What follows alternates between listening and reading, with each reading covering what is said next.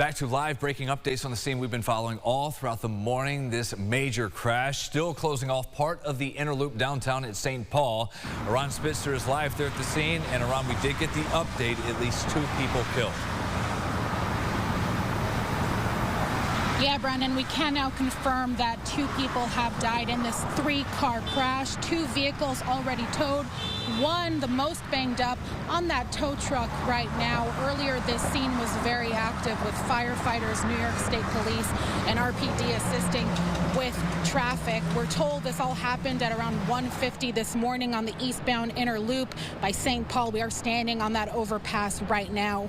State Police uniformed force members and responders from the Bureau of Criminal Investigation responded to the scene, where they tell us that those 2 people have died.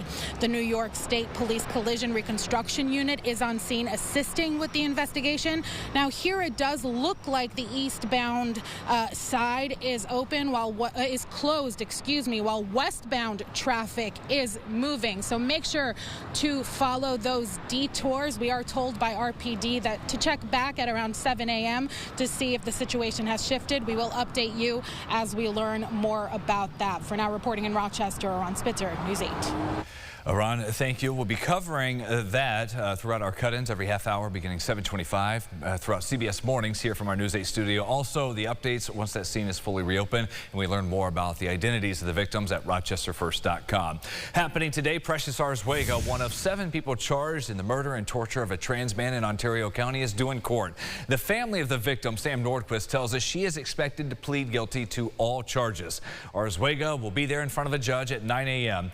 She's been referred to as the ringleader of this horrific case. Sam's mom and sister will be here as well, making it the first time they're all in the same courtroom. They say after meeting Arzwega online, Sam came here from Minnesota in 2024 to pursue a relationship. Instead, prosecutors say he was held captive in a hotel room in Hopewell and tortured for weeks.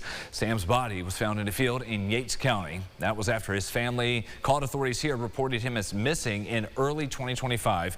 In addition to first-degree murder and kidnapping, Arzwega faces child endangerment charges for allegedly involving her 2 children in the crimes. Sam's family spoke to us last night while driving here for the hearing, and after getting that surprising call to be here from prosecutors, they have some mixed feelings about this sudden turn of events.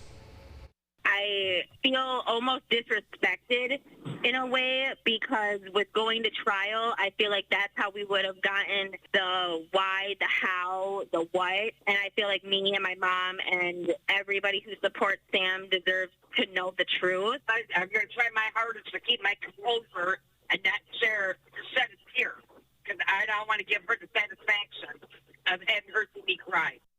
We did hear from Jason McBride, the district attorney in Ontario County. He wouldn't elaborate on what's expected today in court, but he did reiterate his office is not offering Arzwega a deal. She could still change her plea and plead guilty to the indictment. If she does this, she would become the second defendant to plead guilty following Emily Motika earlier this month. The past 3 days have been so challenging for so many in the Albany area as police continue to piece together what exactly happened inside a Mechanicville apartment late Tuesday. That's where they found a grandmother, a mother, and 4 young children dead during a welfare check. We're now hearing from the father of the young victim, speaking for the first time since getting the call. Police say evidence, including a handwritten note, suggests the grandmother, Amy Stedman, is responsible and poisoning was involved, but the official cause and manner of death is pending toxicology tests. The father says he became worried after a scheduled FaceTime call with the kids was canceled earlier this month because they were reportedly sick. When he could no longer reach them, he got in contact with authorities. There is no prepping for that whatsoever, let alone that you're supposed to be there the following week to pick up your kids for your first parenting time in 6.5 years. It's not emergent. They did check on us several times, couldn't get them to answer the door.